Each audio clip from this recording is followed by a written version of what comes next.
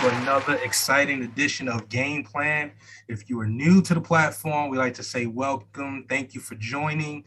Game Plan's concept is basically sports. You have to have a game plan to win in your sports. Same thing applies to life. So we invite former or professional collegiate athletes to come and tell you about their game plan, how they made it in college and professional football or baseball or basketball or tennis, whichever sport they played, and how did they transition into the field of science and medicine. So today's guest speaker, we have Dr. James Cherry, who has a PhD and works at the NIAID. He also played sports, college football at Shepherd University, who he said currently is in the Final Four. So I know he's excited. He's going to gloat a little bit about it. So we have him, and thank you for your time. We greatly appreciate it. And we're just going to open up the floor for you to tell your story. Then after that, we'll go to some Q&A questions. So take over, and thank you for joining. Yes. Well, first and foremost, guys, I want to thank Dr. Miller and Mr. Smalls for inviting me and extending the invitation. It's an honor to be here. I think this program is absolutely amazing. I really enjoyed just kind of learning a little bit about it. In my time, we talked in the summertime, and so I've been really anxious to get here. And so, and for those of you guys that are joining, welcome. I think you guys are in a beautiful platform to kind of think about what's next, right? How am I going to proceed? How am I going to move forward? And this is something I can promise you I did not have in the 90s when I was going through school. So, let me just kind of introduce myself a little bit and a little bit of background. So I grew up, I was born in Brooklyn, in Coney Island. Majority of my family lives out in Queens, Long Island, and in Brooklyn. My parents moved us down to Maryland in the 80s, and I pretty much grew up in Maryland.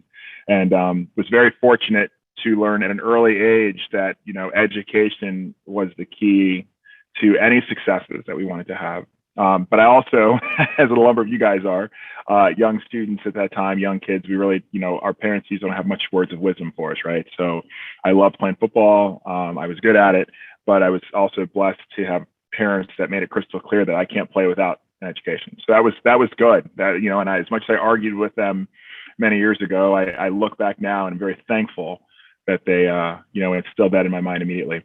So during my time in Maryland, I played football in high school. I was good. I was captain of the football team. We won 2 state titles while I was there, and got recruited by a number of big schools. A couple D1 schools, and a lot of D2 schools. And I selected Shepherd mainly because, one, I really wanted to play right away. I'm going to be honest with you, and I'll be the first to tell you guys, I genuinely felt that if I'm good enough to go to the show, I'll get there, right? So I wanted to play right away. They had won a championship. I got a full scholarship to go there, and my scholarship was not only just for football, but it was for academics. That was a good thing. Mom and Dad were pretty happy about that. So I basically had a full ride while I was at Shepherd, and while I was there, we did won 2 championships, which was great. But one of I think the best things that ever happened to me when I was at Shepherd was I got injured, which I think was probably the first light that really kind of came on.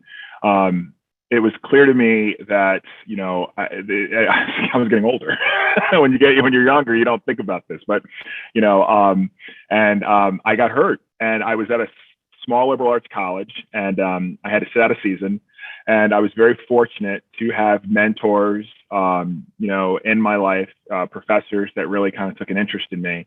And I was doing well in school. At the time, honestly, I was an economics major. And I had this bio professor who he was an athlete. He wrestled, matter of fact, D1, University of Minnesota.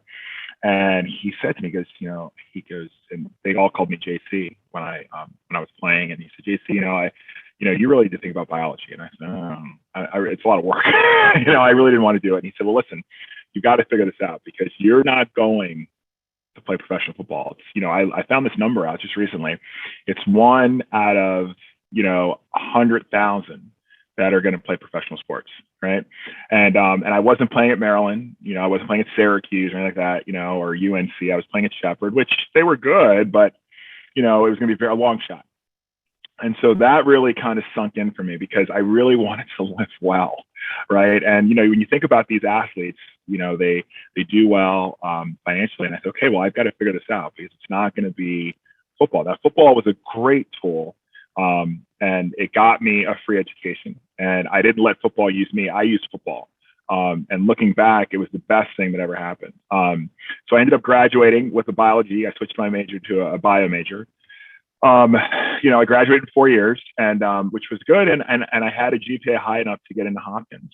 And I started my doctorate in molecular medicine at Johns Hopkins University, and did my research at the National Cancer Institute. And I was very fortunate that they were willing to fund that education. So that was, and at that moment, I kind of realized that there's so much more I learned from just playing the sport. I mean, I got a lot of, battle scars, which I think we all have that played sports, right? And I had some hardware, which was nice, and I still wear it, and I enjoy that, and I even have my Shepherd shirt on, and I'm still very connected to that football team.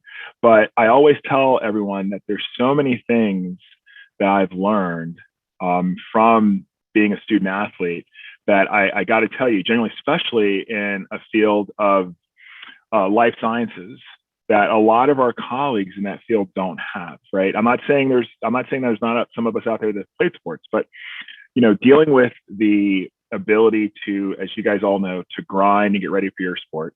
I've been able to take that into my career, right? I've been able to deal with situations where, maybe an experiment doesn't go well, or I did poorly on an exam, or, I've got a balance between, spending time with my girlfriend, now my wife, my girlfriend at the time, my wife now, or friends, to be able to manage that.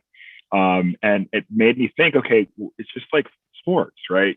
I can either, go and lay around and watch TV and eat bonbons and then try to play football, or I can go to the gym, I can watch film, I can study.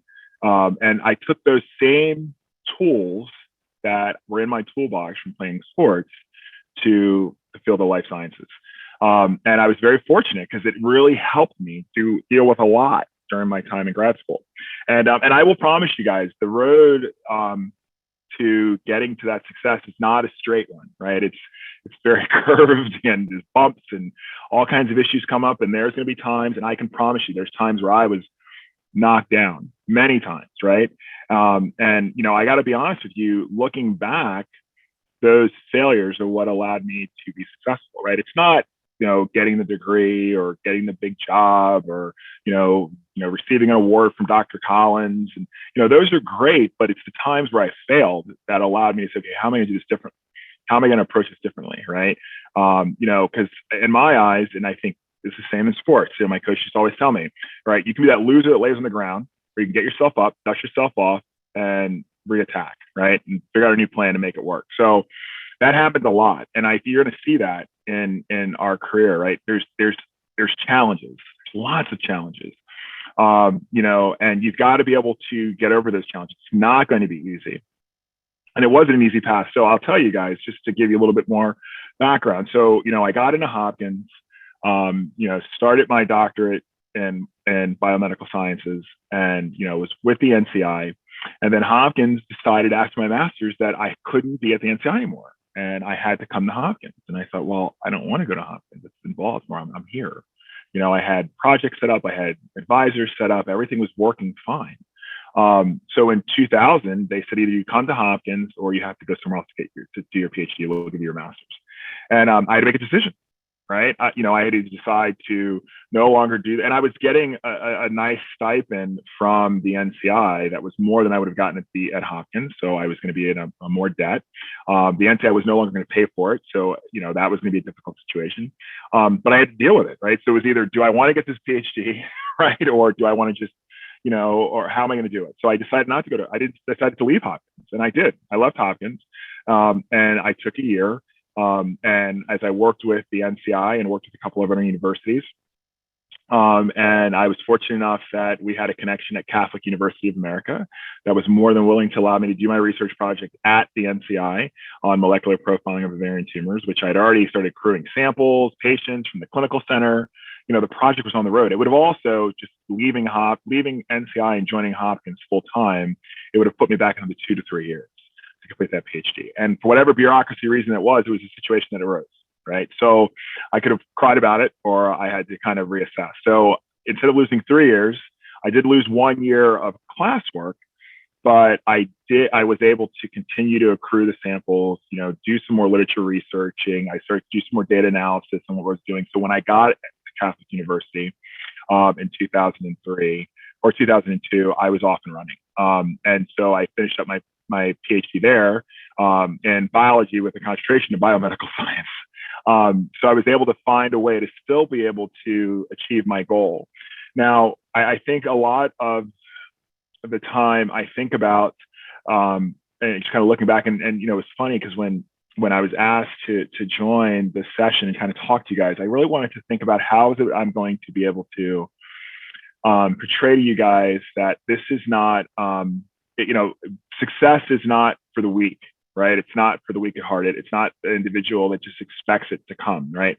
In my new role and at NIAID, as the associate director, we have a lot of really, really smart postdocs that come in, right? And what I see a lot of times, these postdocs that come into my branch, I realize that they're not used to the challenges. They're not used to failures, right? They're used to be able to figure everything out because it's in the book, right? I've read the book, I understand it, I'm a photoback memory, blah, blah, blah. Well, that's great, that's excellent, but we're doing research now, right? There is no answer, right? You've got to figure out what that answer is. Nothing written down. No one's done it before. We're looking at to figure out what's the best path to go. And we see a lot of those postdocs, MD, PhDs, nurse practitioners that are not up to that challenge or have to learn how to deal with that adversity, right? Adversity. And that's something I think us as athletes deal with every day. You guys deal with that in your sport. If it's tennis, if it's basketball, swimming, whatever that is, you deal with that adversity, right? And I think where a lot of athletes, in my eyes, I think kind of miss the message is that if you're not one of those individuals that do go to the professional level, how do you take what you've learned on the court, in the pool, on the field, in the gym to your career? Right? How are you able to make that transition? And that's something it takes. You got to see the bigger picture, right? In my eyes, you're learning this stuff. I learned a ton there on the football field that I constantly, to this day, am still applying to my position at NIAID, right? I'll have conversations with Dr. Fauci or Dr. Holland or Dr. Sharpless at the NCI director, and they always say, "Well, Jim, you always have such a positive attitude about this new project. So what I can complain, right? But is that going to help? We got to get it done. So I got to hit the ground running. So let's get to work, right? So, it's the same way I approach football, right? I mean, if I've got, when I came into college, I was underweight, right? I was only 215 pounds. To be a starting tight end, I need to be about 255. So what did I do? I ate a lot, lifted a lot of weights, learned the playbooks, I get on the field. It's the same thing in my eyes, at least for my career, is what I've done. So now what I've done is spend a lot of time, playing a big role, not only at NIAID, and NIAID, as Dr. Miller and Mr. Smalls know, is a new position that I just joined. I stayed with the NCI until July of this year, where I was heading the COVID-19 response, where we were developing standards, the national standards for the nation as we were testing for antibodies. If you guys recall, during that period of time, there was so much information going on at the end of 2019, beginning of 2020, about, does this assay work? Can we determine if they have the antibodies?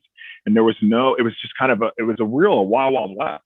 And when we sat down, matter of fact, with the White House and the CDC and the FDA, Dr. Sharpless, who's the director of the NCI, said, well, Dr. Cherry's lab can test all the assays, right? We've talked, he's reached out to me, and I told him we could do it. We had the ELISAs, we had the controls, we had the samples we needed.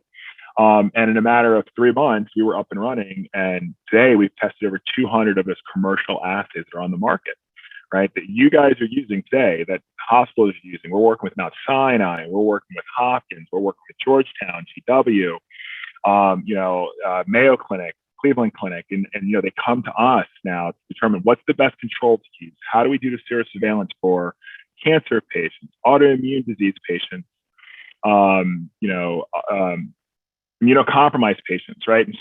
And guys, I'll promise you, I was not this brainiac, right? I wasn't this guy that got 4.0 grade point average. I wasn't, right? Even in high school and undergrad, I 3.0, 3.2. I studied a lot. I'm that guy that spends a lot of time reading and studying, right? Because to me, you got to get prepared for the game. And everything in my eyes is a game. That's why I enjoy what I do, right? I teach. I was talking to Mr. Smalls earlier today. He was talking to my assistant. You want me to join early? So I got to teach tonight. I teach graduate school at Hood College, where I'm a tenured professor. And I do all that not because of the money. I don't do it for that. I do it because I love it, right? It's not work to me, right? It's just like what I do. Just like when football was what I did. I loved football. I loved getting up at 4 a.m. and working out and training. I love, to this day, I get up at 4 a.m. I work out, and then I start to work. I start work at 6 a.m. and I don't get done until about 8, right? But I enjoy every minute of it. It's not work to me. I could do it. And I think, God, they pay me for this. This is great. They pay me a salary. I get to meet great people.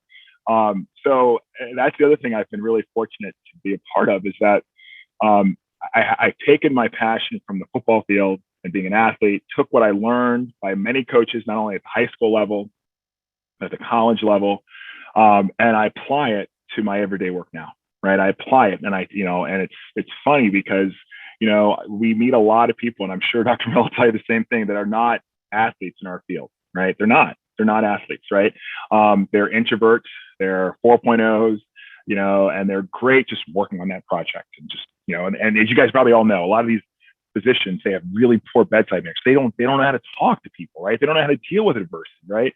And that's something I think is, it's sad, right? Because it's something we need, right? Because there's a lot of people in the lay public that don't understand the science, and you want to help them understand it so they can get educated. And so that's another piece we've also done. So now today I spend a lot of time, I'm on the board of governors at my university at Shepherd. I was asked to come back. I've been on the board of governors there at Shepherd for about 2 years now, going on my 3rd year as a secretary. But the other thing that's been great is at the beginning of this season, and I was, as Mr. Small explained, this season has been a great season for us. So they're in the Final Four, and they just won this beautiful game. It was on ESPN top 10 last week, and I was so proud of them. But at the beginning of the season, the coach reached out to me and he said, "JC, I need you to come talk to the football team." And I said, "Well, coach, what do you need?" All right. And he said, "Well, these guys, and got to remember, it's a liberal arts school, Division II school in West Virginia, right? And so you've got a very wide array of cultures, from very, very country, right? Southern West Virginia, Kentucky area. You got some urban areas, right? You got some kids from the DC, Washington metropolitan area. You got some kids from Florida area that come play for us." And he said to me, they don't understand the vaccine, and right now we only have about a 20% vaccine rate on the football team, and they're going to start the season. And I said, "Okay." And he goes, "I was wondering if you come talk to them. Your name's on the wall, got a championship here. You're leading this effort for the NCI and the NIH. Do you mind?" And I said, "Of course, I'm happy to come." Right. And the first thing, and I got to tell you, it was an amazing feeling, right? I love coming back to that stadium and seeing my, going to the stadium and just seeing what we did in the past. But then to sit down with some of these athletes now, right? And I don't remember being that big, but they're big. I'm very small. I'm old. So, and we sat down and we talked. And I got to tell you, the conversation was absolutely amazing, because I didn't talk to them as scientists. I didn't talk to them as physicians. I didn't talk to them as, as clinicians. I talked to them as athletes, right? And I explained to them, the role of the vaccine and what it does in your body. And I explained to them, I gave the analogy of sports, right? I said, as you prepare for a game, you watch film, what the other team's going to do. This is kind of what the vaccine's doing for your immune system. I tried to make that equation for them, and they started to get it. And then they really opened up with some great conversation, right? Conversations which were valid, right? We had kids that are living in multi-generational homes. That the first thing they said was, "Dr. Cherry, well, tell us what you think about, is this going on like the Tuskegee study?" And I said, I was impressed. I was like, "Well, yeah, that happened. You're right." And they were concerned, "Is that something that's happening here now?" And I said, "No, it's not. We learned from that." Right. That was the whole, that's a mistake we made. We learned from it. We acknowledge that mistake. And that's not what's going on here. I help them understand the value, the benefit. And I also explain to them, guys, if I were in your shoes at 18, 19, 20 years old, in the 90s and this was to happen, I'd be in the same boat. Like, you think you're invincible, right? You're lifting all these weights. You're an amazing athlete. You're in great shape. You're a college player. I'm fine. If I get it, I'll be fine. But I try to explain to them, guys, it's not like that. It's not as simple as the flu, right? This is something, and I had to get them to understand the gravitas of their decisions. And the great thing about it, this was supposed to go on for an hour and ended up going for 2 hours, which was great, because that meant we just were having great conversation and dialogue back and forth. Just wonderful questions about, fertility issues, because they're reading things about fertility issues. And I know as a scientist, that's not what's happening, but they don't understand that, right? And one of the things I think that, I always feel this way, that the message was just sometimes missed, right? How we could deliver that message to the lay public so they could understand it, right? Not talk to them as scientists and physicians and clinicians, but talk to them as individuals that can equate and understand, right? And so I was really happy they were asking some of the questions they were asking. I was very proud of the fact that they felt comfortable to talk to me about it. Some of them even reached out to me afterwards, and I told them, I said, guys, my name's on the wall. I've got a championship. It's up there, right? You guys, my name's there, right? I'm not some nerd in the lab, right? I was on this gridiron. I bled on that football field just like you guys are too. And the beautiful thing about it was, by the middle of September, they were 90% vaccinated. And it was just an exciting time, because I felt like the message I was trying to deliver to them got through, right? I try to explain to them, guys, enjoy the time, but let's not lose it, right? Because you can get sick, you can get really ill. And that was something I wanted them to understand, but I didn't want to scare them either. Right. So that was important to me. And so that's some of the stuff that I tried to do with the team. And I've been on the sideline several times with them, and just very proud of what they're doing. And so and I look back and I think about it, and, me and Mr. Smalls were talking earlier, and just, I think back, and to me, it feels like yesterday that I was playing. The 90s don't seem that long ago. And I tell a lot of my graduate students now, like, I'm the old guy in the room, right? I used to be the young guy. And I talk to them and just explain to them that, even in my graduate level classes that I teach with these kids, I tell them, I say, guys, this is not supposed to be easy, right? If it was easy, everyone would do it, right? If it was easy, everyone would get their PhDs, right? Or get their MDs or their PharmDs, right? Or masters. It's not supposed to be easy, right? And I also explain to them that they can always take the easy road, but I promise you, it will take longer to get there. Just take the hard road, right? Just do it. Do what you're supposed to do. Spend the time in studying. Spend the time and acknowledge the fact that you've got to make a decision. You've got a consequence at the end of that, right? Do you want to study and prepare for the thesis exam or the final exam? Do you want to prepare for the experiment? Do you have to come in on a weekend? Spend that time to do it, right? And that's kind of more or less what we try to get across to these students. And I think we've done a very poor job, and I'll admit this, at least at our university, where we explain to these students that it's not just about regurgitating, right? Because I know Mr. Miller will tell you, it ain't about regurgitating, right? It's about your ability to be able to assess the problem, just like on the field, just like on the court, right? If you're running, a drag route and you realize that the two gap safety is up, run a post corner, right? Run the corner. You read the defense, right? You got to do the same thing in science, right? You got to apply it. So these are things that I've applied to myself in the field. Now, the other thing I've also been able to do, and I'm happy to do, is the NIH has allowed me to be the scientific advisor for all the students that come through the national lab up in Frederick. So, and we get a lot of student athletes, and we have these same kind of conversations. I think that what Mr. Smaltz and Dr. Miller put together, is amazing in comparison to what we're doing out there in Frederick. But it really allows them to get an appreciation for there's more to life out there. Enjoy the sport. Don't take it for granted from that perspective. But don't let the sport use you. Use the sport to get what you need to get, right? And for me, it was the education. It was a free education, the opportunity to get the degrees that I had, that I have now, and the opportunities that have been afforded to me through the NIH, from the National Cancer Institute, to be able to become get a doctorate in molecular medicine, and now be the associate director under Dr. Fauci and Dr. Holland at NIAID, right? So as we work on the COVID pandemic, so that's more or less kind of my path. One of the things I don't know, and Mr. Smalls, you have to tell me, I had this video up from the NCI. I don't know if they've seen this, but I would like to just take a few moments, if they haven't seen it, to share kind of a little bit of the story that the NCI put together on me a couple years ago. Is that okay with you, or has that been shared already? Yes, you have co-hosting rights, so you can share the screen. Perfect. So let me just take a minute, guys. And then after that, guys, please, I don't want you guys to feel like you get to sit and lecture. If there's some questions or, topics we want to discuss, feel free just to kind of jump in and, ask me anything. But I'm going to just share this video. Give me 1 second. Let's see, what screen am I at? Here it goes. So once again, if any of the listeners have any questions while we're getting this set up, please you can raise your hand. You can come off mute. You can ask a quick question. So, Dr. Cherry, it's good to see you. I remember meeting you many, many years ago. I think it's been about 15 years when I met you. Dr. Cherry, you're on mute again. I think he's doing some of the video. Yeah, there you go. Can you hear me now?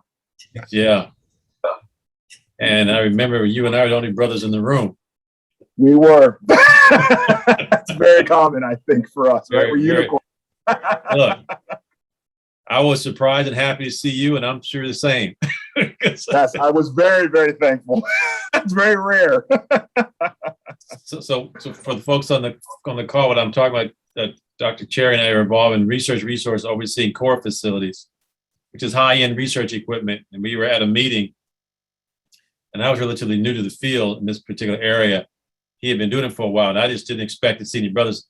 I think the meeting was actually was it in Massachusetts or New Hampshire? It was in Boston. Yeah, it was in Boston. Yep. In Boston, yeah. So that was interesting. So you talked a lot about your work at NIH. Can you give the group? I don't think they realize the important role you played in the COVID pandemic, and I know that Sure. You talked a little bit about it, but it's not just the science that you were doing. You were dealing with the politics of science. Yes. Yes, I was. Dr. Miller, I was. Yes. Yes. Which is very interesting. I got to tell you, it was a new game for me to play.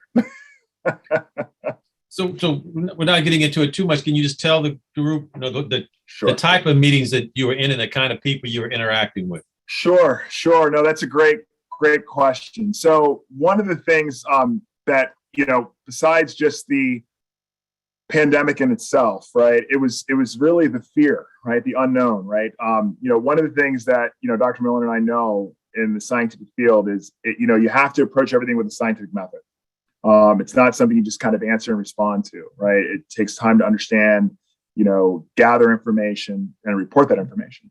And as you guys recall, during that period of the pandemic, early in the pandemic, there was so much misinformation that was being shared out there, unfortunately. And we really felt that we had to find a way to get a hold of that, right? And if you guys recall, and I'm sure Dr. Miller does, at the beginning of the pandemic, we had countries ordering $2, $4, $5 million worth of antibody tests to see if people had antibodies to the SARS-CoV-2 and what they were, and the kits were supposedly going to deliver this information, and to come to find out 90% of the kits did not deliver on the promise that the company said they did, and the FDA gave emergency use authority, and things were out there, and that was the kind of breaking point, I think, for the National Institute of Health. So my boss, Dr. Sharpless, was contacted by the White House and Dr. Fauci, and basically said, we've got to figure this out. What can we do to help the FDA, right? What can we do to help the FDA? And so one of the things that we have in our toolbox, being in the United States, is we have this national lab. And this national lab, which is located up in Frederick, is the only national lab that does biomedical research, right? And the whole purpose of that is, and you guys won't understand this, but during the AIDS pandemic, the national lab in the 80s played a big role because they're the ones that grew up large bats of the virus so they could screen the blood supply, right, in the 80s. So, Dr. Sharp said, the national lab needs to help, because the national lab can do things that we can't do in the government, right? It has authorities, right? And this is where I kind of started to really learn I think where you're getting to, Dr. Miller, is the politics, right? The public health initiative, right? And so the first thing we had to do was to not only educate a number of our administration on the value of utilizing the national lab, but we also had to be able to help the CDC to understand and appreciate, the FDA to understand and appreciate, as well as the public health community, right? Because we had everyone going in different directions and we weren't all going in the same direction. The national lab, my program, played a huge role in helping us direct our efforts all in the same place. And the first thing we had to do was get control over these assays that were coming from the commercial sector. So the first thing we did was partnered with the FDA and every company. So if Dr. Miller and I had a company, we submit our findings on our assays to the FDA. The FDA submits that information over to the national lab, and then has Dr. Miller and I send samples to the laboratory at the national lab to test those assays to see, okay, what Dr. Miller and Dr. Cherry said these assays can do. Do they have the sensitivity? Do they have the specificity? Do we have the supply chain to be able to deliver them to the public, right? And that was one of the big things we had to work on. And so we screened probably over 2,000 commercial assays. And to this day, we've only approved because they just did not deliver on what they said they would, or they weren't able to supply the tools, correct? Because unfortunately, there were countries that were getting kits from China. We were having supplies issues from China because unfortunately our administration was having some issues with China. So we had to find a place that could do everything here in the States that was able to deliver on those. And so we only have approved to this day 200 commercial assays that are approved by the FDA and have been tested by my laboratory. We also were the ones that had to stand up the standards. So we had to work with Mount Sinai, we worked with Hopkins, we worked with Sloan Kettering, we worked with Cleveland Clinic, and we worked with the Mayo Clinic, and we were able to get samples. And the key here, and this is kind of funny, you said this, Dr. Miller, earlier, we wanted to make sure we had a good diverse population, right? So we wanted to have Blacks, Latinos, whites. We wanted patients that were cancer, immunocompromised, autoimmune. We wanted to get all these samples that we were going to develop as controls because these individuals were exposed to the virus. We wanted to make sure, could we detect lower levels of the antibodies versus higher levels of the antibodies? So a person is autoimmune or immune compromised, the antibody response may be a lot less, but we got to see, is it there or not, right? And these were some of the things we had to do. And then the piece that was really interesting was being able to explain that to not only the administration that are not scientists, but also to explain that to the public, right? So they can understand, here's the value added. And again, I took a lot of the knowledge from my sports. I didn't talk to them as scientists. I knew a lot of them weren't scientists. When I sat down, and I'll be honest with you, I gave a presentation to former President Trump, and I really did kind of simplify it drastically, right? Just to the point where he could appreciate, understand what was being accomplished and how we were going to accomplish it. I didn't talk to him as a scientist. I didn't talk to him like I'd be talking to you or Dr. Fauci or Dr. Sharpless, because they're scientists, they're clinicians, right? We can speak differently. So that was a piece I've been learning that I went through for the last 2 years as we stood up the SeroNet operation, which is now stood up, and we got funds from the Paycheck Protection Act, about $309 million. They awarded us to be able to do this work. So I think it'd be great for some other students to follow, but I just want to put a point on this. You have been in a position where you've had to explain policy to presidents. Yes, I have. And presidents that, just not in line with what I want, but yes, I had to do that. Yes. And again, you got to remember where they're coming from, right? You've got to be able to speak to your audience, right? And that's important. I did not explain it the same way that I sat down before that presentation and explained it to Dr. Fauci and Dr. Sharpless, who are clinicians, right? We were able to get into the nuts and bolts of the science and how it's working and the difference between the immunoglobulins A and G and M. And I didn't get into that with the administration, right? I just said, here's the antibodies, here's how it works, more or less, right? So they could get an appreciation why we're doing these tests, because everyone wanted to know, why are these kits out there? How do we get them fixed, right? It's a long way from the football field to the Oval Office. Just a little bit. Just a little bit. Yeah, just a little bit. So, but I got to tell you guys, I'll be honest with you, funny, the first thing I thought to myself, my dad, he played pro ball for the Jets in 1970. And I remember talking to him, and he said to me, he goes, remember, none of them can take a hit like you can. So don't worry about it. You'll be fine. So I just kind of think, hey, what are you going to do? So it helps. So so that was a lot. I got to tell you guys, it was a lot of fun. Looking back, spent a lot of time working, but it's real. And Dr. Miller, I know you appreciate this. It's something that this is what we were trained to do, right? This is all the time we spend all that time we spend in school and all that time we spend preparing for qualifying exams and giving presentations, right? To be able to, and it's not like you want to go through a pandemic all the time, but I got to tell you, that experience really helped me to take a lot of the knowledge my coaches who are not scientists gave me to be able to present to people that are not scientists. Yeah, so I've enjoyed that. So I see another, Jess, I think you have a question. Do you want to go ahead and read your question? Ask your question, I'm sorry. If anybody has any questions, please, you can raise your hand, you can come off mute, you can come off camera and ask it directly. But in the meantime, if nobody has so Jess can't come off mute, but her question, and so Jess, I don't know where Jess is from, so maybe you can tell me so I can just kind of say hello. But Jess's question is, how does the competitive spirit and your ability to be a good team member play into your current work? So Jess, that's a wonderful question, right? So in my new role, as the associate director at NIAID, so my predecessor, interestingly enough, was one of my doctoral thesis advisors, right? So I've known him for many years. He's been mentoring me since I came out of undergrad. Nowhere near an athlete, I promise you. But he had been with this branch since 2000. So he had been there for over 21 years. And so this branch is about a $20 million program. And the guys were just used to his environment, his philosophy, his style. And I've come in completely different individual. He's a middle-aged white guy, right? Great individual. You come in as young, 6'4" black athlete, right? And so the first thing I did was to just build that camaraderie with a lot of my colleagues in the branch. Let them know that I'm here to listen. I'm here to work with them. I want them to enjoy what they're doing, but at the same token, I'm here to support them to move forward in the mission. I let them also know that we are going to push the envelope, right? They didn't bring me in here to keep the status quo. They brought me in to grow the branch, and that's exactly what we're going to do. But I also made them also know that they're valuable, right? They add a lot of value to the branch, and my job is not to come in and just ignore everyone. My job was first is to listen to everything, because I'll tell you, there's many times, and I'm sure a lot of you guys that are athletes have been through. I didn't love everyone on my football team, right? But I needed them. Right?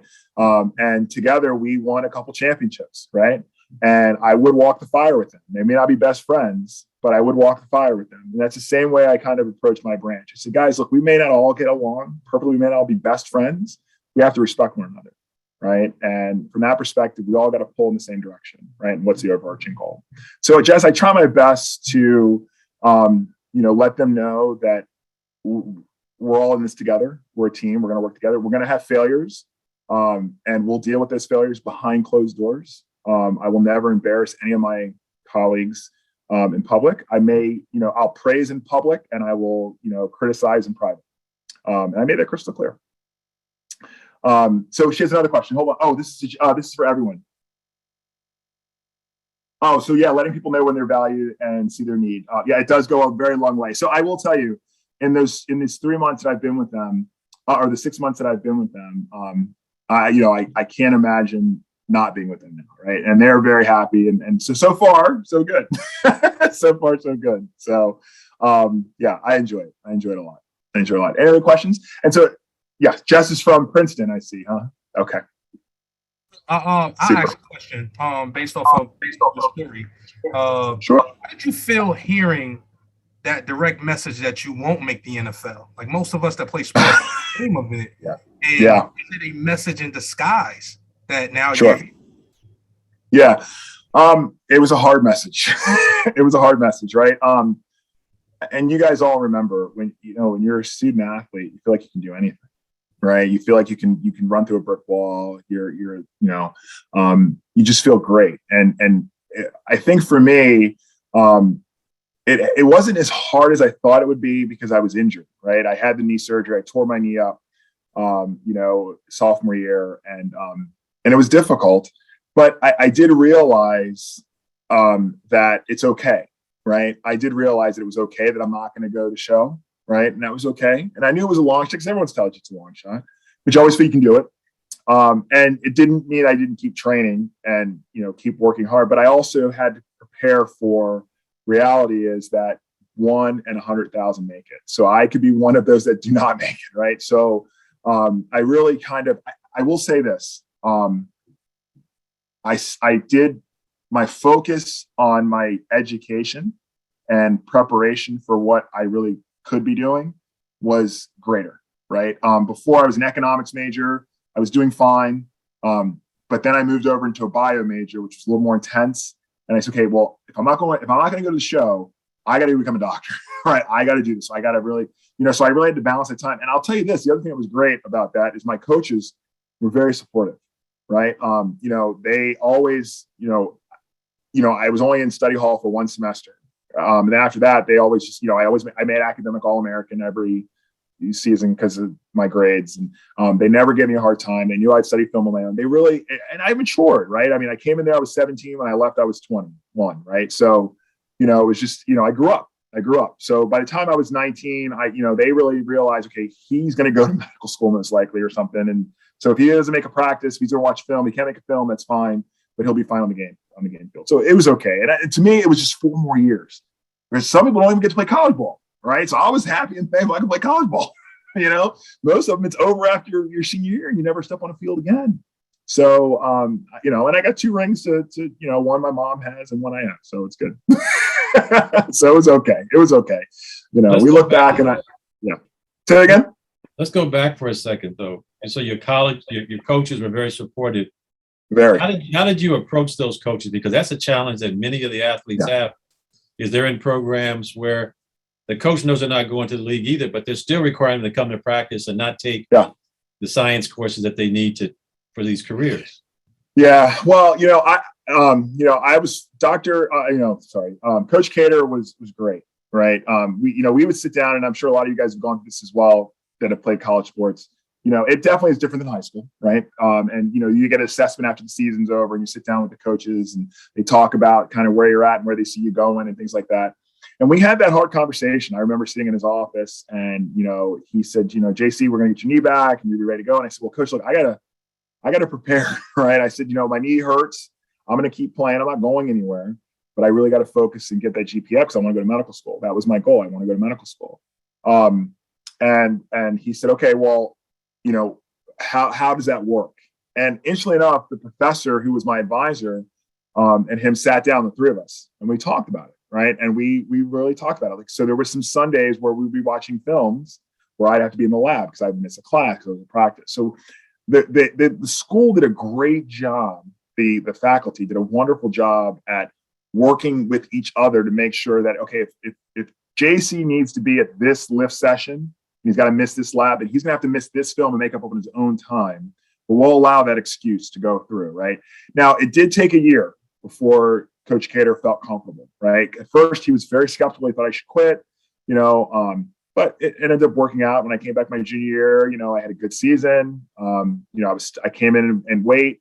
I was in shape. I had no problem meeting my training times, and I had a GPA of 3.2 at the time, right? So it was going well. And I spent the summer there too. So, so I was doing class in the summer, and I would spend time with the coaches lifting and watching film and stuff like that. So it was a collaborative effort. It wasn't done by myself. It was a hard conversation, but it's something you have to have. Right. I mean, you're growing up as an adult. You can't have your parents take care of you. Right. You got to go in and say, look, coach, this is what I want to do. I want to be here, but I got to do this too. And I was very blessed to have a coach like him that took care of me. So I see another question. Who are some of the mentors that you've had throughout your life and how have they changed you? Okay. So I'll first start off. I think the first mentor I had was probably my high school football coach. He's the one that kind of really instilled that confidence in me that I was a good ball player. I didn't play organized football. If you guys remember, with rec league and football, you have to weight, right? And I was overweight. I could never play rec football. So my first time of playing football at Seneca Valley High School was when I was 14. And he was great, and he rode my ass. He lit me up. But I knew he cared about me, right? And that was hard because I told myself, this guy's always yelling at me, And he one day pulled me aside and said, I yell at you because I know you can be good. And then I knew, okay, if he stops yelling at me, I'm in trouble, So he truly was my first mentor, and really kind of made it crystal clear to me. And he he was great with school too. He was very good with us, and with our players. And he always said, "I never have to worry about you, JC. You're always grades are great. You're fine." And he was on with football. I'd say the next mentor truly was probably Dr. Lingerton, right, which was my professor at Shepherd, right. So he is the one that was a former student athlete like us. Did D1 and had a doctorate in virology. And he, and it's, I got to tell you guys, when I went to Shepherd, I'll be honest, I remember I was like, I'm not going to Shepherd. So in West Virginia, I was afraid there wasn't many Black people. I didn't see people like me, and every person that was an African-American male was an athlete: baseball, football, basketball, all of us at that time, right, at Shepherd College in the 90s. But he just, and it's a liberal arts college. You got to take a lot of these undergrad studies. But whatever it is, he gravitated to me. He never let me, stop. He never gave up on me. He always, like I heard, he was, he'd call me and with studying or if I had problems. And trust me, again, I failed exams. Things happen. He mentioned me the entire time. I say that the next one after undergrad probably was Robert Holman, who was the previous associate director at NIAID. I ended up doing an internship in his lab the summer before I started graduate school.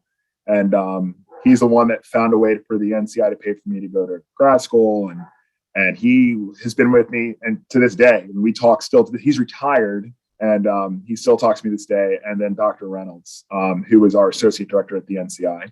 And it's funny because, I look back and my dad and I will talk. And he goes, it's great to see these old white men just, not see you as some Black boy. They see you as a scientist, right? And they took me under their wing, right? I couldn't have done what I've done without any of them, right? Because they all had hard conversations with me, but they also never, ever, ever didn't give me an opportunity to do something, right? And they always gave me the glory, right? If I did it right, they gave me the glory. And if I did it wrong, they pulled me aside. So those four are the four mentors that I think have made a huge impact. And I wouldn't be where I'm at without any of them. They always say, I'm very fortunate, I have a very strong family at home, but it takes a village, right? And so besides my parents, and my dad is not a scientist, my mom's not a scientist, I was a teacher. Those were the individuals that really took me under their wings and allowed me to grow, and others along the road, but those four are the ones. Yeah, you're welcome. Are there any other questions? This has been great. I got to tell you, Dr. Miller, I love this. This program you guys are doing is absolutely amazing. I really hope that, these students appreciate the opportunity, because I got to tell you, we would have loved to have had something like this when I was growing up. It would have been great because you didn't see this, right? You just kind of made your own path. So, and I hope a lot of you guys come back and give, because you guys really need to grow the next generation. They're going to see you guys and know you guys went through it. And they want to be where you are, right? And so it's an exciting time. It's going to be great to see some people of their color, because as Dr. Mueller knows, there's not many of us. We're unicorns out here in the sciences. Ask Dr. Bowles. I saw him come off camera for a second. Can you ask your question?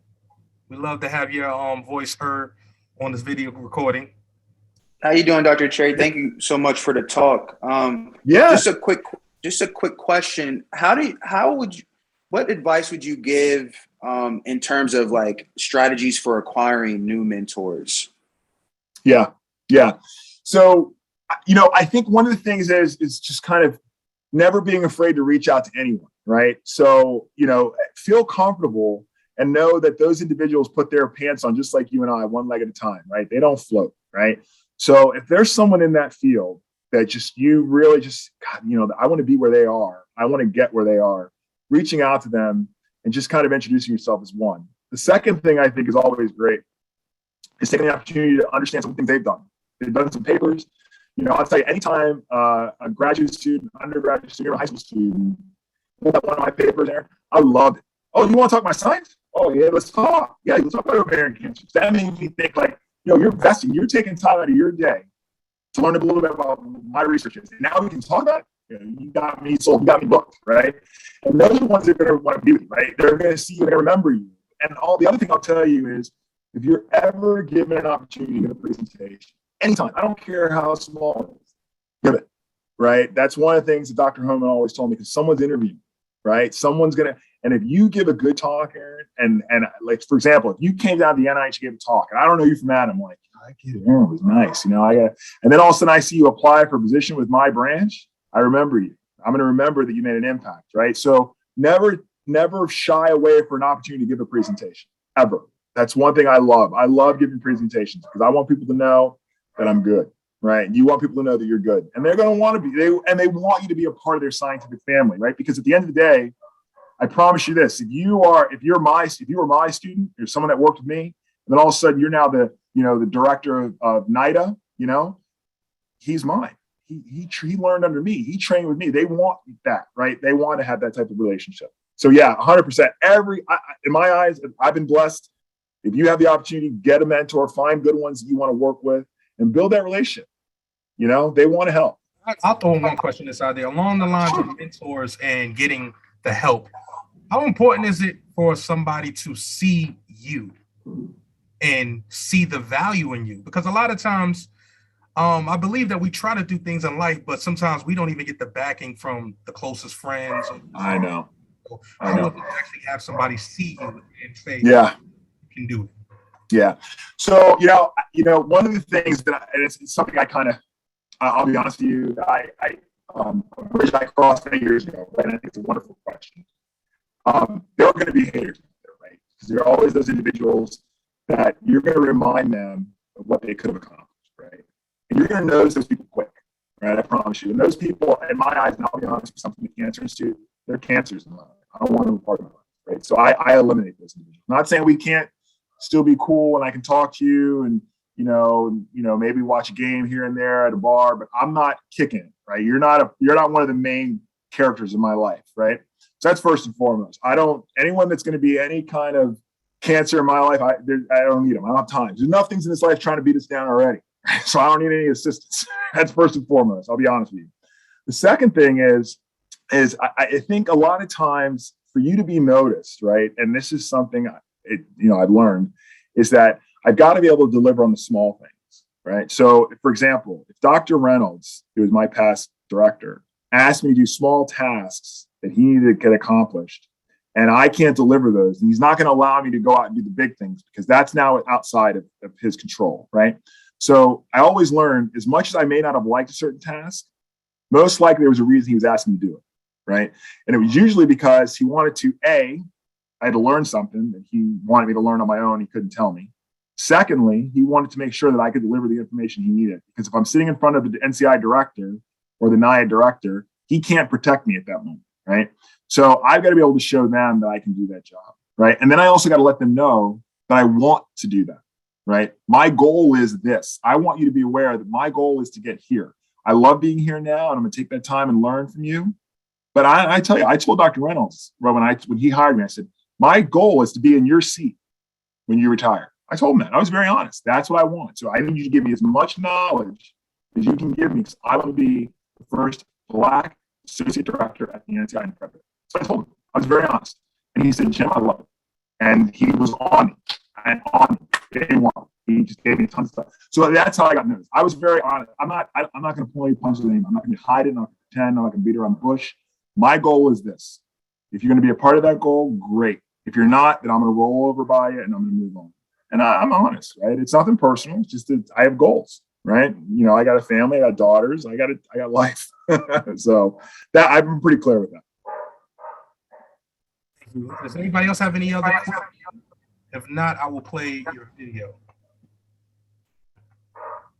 Okay, so I don't see anybody raising their hand, so I'm gonna connect to your video.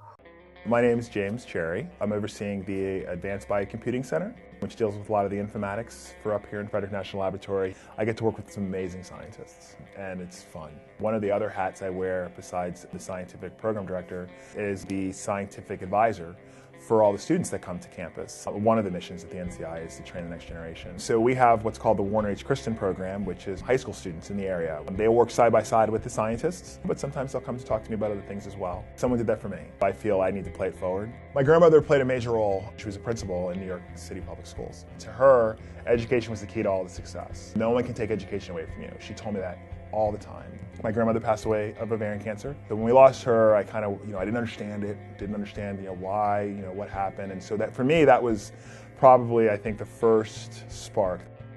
I went to a small liberal arts college in West Virginia, Shepherd College at the time, now it's Shepherd University. I was on a football scholarship. I was an econ major. I wasn't even a biology major. I thought, you know what, I'm gonna play football for a while, 4 more years, I'll graduate and go do something in business. But for those of you that know liberal arts colleges, you have to take all of classes. And that was probably my first introduction to a mentor. This individual, Dr. Allergy, came to football games. He lived in town, him and his wife. And I took his general biology class and I ended up having the highest grade in the class. And he thought, well, God, what's your major? And I thought, oh, it's econ. He says, well, why? And I said, I don't know. And he just kept hounding me and said, look, you need to think about doing biology. This is where you need to go. So that's kind of how it happened, more or less. So when I graduated from Shepherd, I really didn't know what I wanted to do yet. I had gotten accepted to Johns Hopkins to the master's program. I was working that summer before I went to Hopkins at a small biotech company. Dr. Robert Homan, who is the deputy chief down at NIAID, was the chief scientific officer. Dr. Homan took me under his wing and we worked on chemistry platforms and my thesis project. After that, he said, you know what, you need to go get your PhD. When you get somebody like Jim that's young, smart, hardworking, and just really wants to advance, it just makes you feel good to be able to help somebody to move forward. He had the knowledge that I wanted. I didn't know anything coming out of undergrad, and so I had to learn. And he was always willing to teach me. I talk about Dr. Homan, I talked about Dr. Allergy, Dr. Monroe, who was my advisor, who's a part of the Frederick National Laboratory, he played a role. But there's a number of them. I always say to my students that the NCI raised me, and they did. As a mentor, it's very important that you take a vested interest in the mentee. That's what my mentors did, from Dr. Monroe to Dr. Homan to, in my opinion now, Dr. Reynolds, who is mentoring me now. I think a lot of people confuse success with big house, big car, but I think it's who you touch. To hear about the kids that have worked in the laboratory that are moving on and maybe one day I'll be working for them, I don't know. That's a success. Any student that wants to have a career in science, healthcare, or anything, it's not going to be easy. But anything worth having is not going to be easy. Just hold on tight. It's a bumpy ride, but at the end of the day, it's going to be all worth it.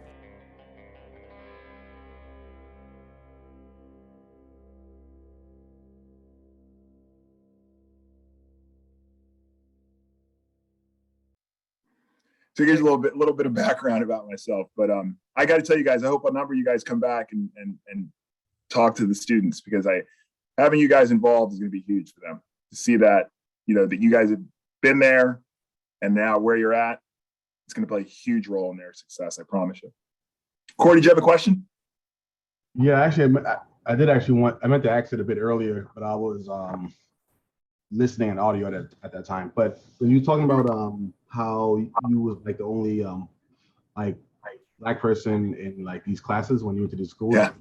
Can you tell me more about how did that affect you? Do you not let it stay on your mind? You know what I mean? You're Sure. in these areas, you're trying to get somewhere. You got to wonder.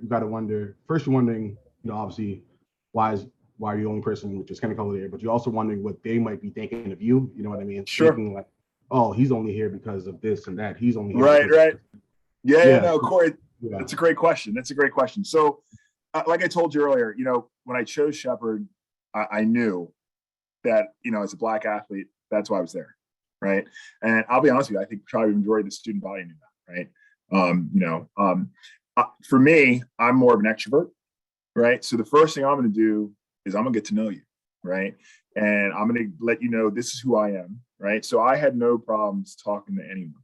Right. I don't care if you were some podunk town from, Southern West Virginia, I was going to talk to you. And I was going to treat you with respect, and I was going to demand the same respect back. At the same token, I will say this, Corey, and I know this because I was your age a while back.